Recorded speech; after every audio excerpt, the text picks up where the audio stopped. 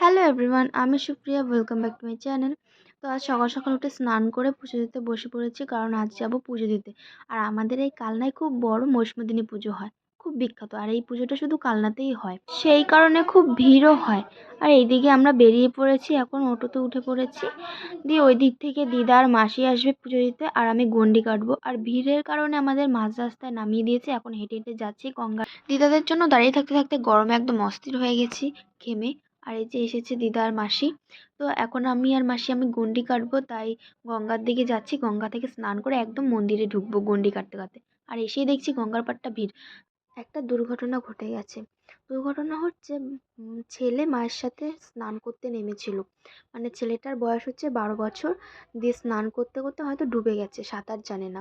দিয়ে কিছুতেই খুঁজে পাওয়া যাচ্ছে না, অনেকক্ষণ ধরে খোঁজাখুঁজি চলছে, কিছুতেই পাচ্ছে না।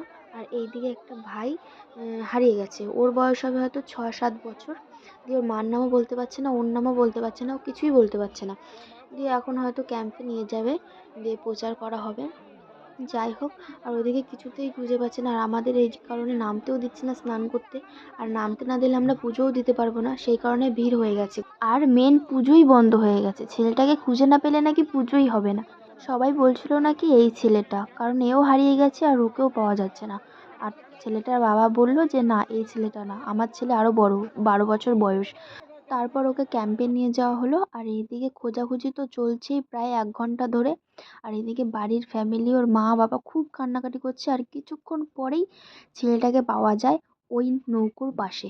দেখো আলো আলো আকাশ, দেখো আকাশ তারায় ভরা, দেখো যাওয়ার পথের পাশে ছোটে হাওয়া পাগল পারা, এত আনন্দ আয়োজন সবই বৃথা আমায় ছাড়া। খুবই খারাপ লাগলো শুনে যে ছেলেটা আর নেই। আর না থাকারই কথা, কারণ 1 ঘন্টা হয়ে গেছে, একটা বাচ্চা ছেলে জলের তলায় কি করে থাকবে। আমরা খুবই দুঃখিত।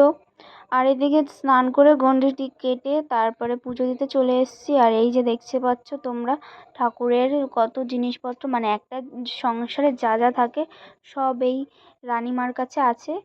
তো এই যে, আর ঠাকুরের গায়ে যা দেখছো সবই সোনার। আর ঠাকুরটা খুবই জাগ্রত, তোমরা কিন্তু আসতে পারো একবার পুজো দিতে কালনাতে। খুবই জাগ্রত আমাদের কালনার মহিষমর্দিনী রানীমা। আজ ছিল নবমী, আর আজ দুপুরে হতো পাঠা বলি। তো নবমী যেহেতু, তাই খুব ভিড় পড়েছে। আর কাল দশমী, মা চলে যাবে। আর এদিকে আমার গন্ডি কাটা পুজো দেওয়া কমপ্লিট, তাই আমি স্নান টান করে আর আবার রেডি হয়ে গেছি জামা প্যান্ট পরে। দিয়ে 12টা বেজে গেছে, কিচ্ছু খাইনি, খুব দেরি হয়ে গেছিলো পুজো দিতে। তাই এখন চলে যাচ্ছি, এখন কিছু খাবো। দিয়ে এখানে পোলাও আর তরকারি দিচ্ছিলো, তো সেখান থেকে পোলাও শেষ হয়ে গেছিলো, তাই তরকারি নিয়ে এসেছি। তো তরকারি এখানে মাসি আমাকে খাইয়ে দিয়েছে। আর এখানে লুচি, মানে আমরা কচুরি অর্ডার করেছিলাম, তো কচুরি খাবো এখন। দিয়ে কচুরি তো এখানে ছোড়াছুড়ি হচ্ছিলো, কেউ খেতে পাচ্ছিল না, এত বেলায় কচুরি। দিয়ে মথুরা কেক নিয়ে বাড়ি চলে এসেছি। খুব আজ যে ঘটনাটা ঘটলো সেরকম যেন আর কারোর সাথে না হয়, প্রে করব।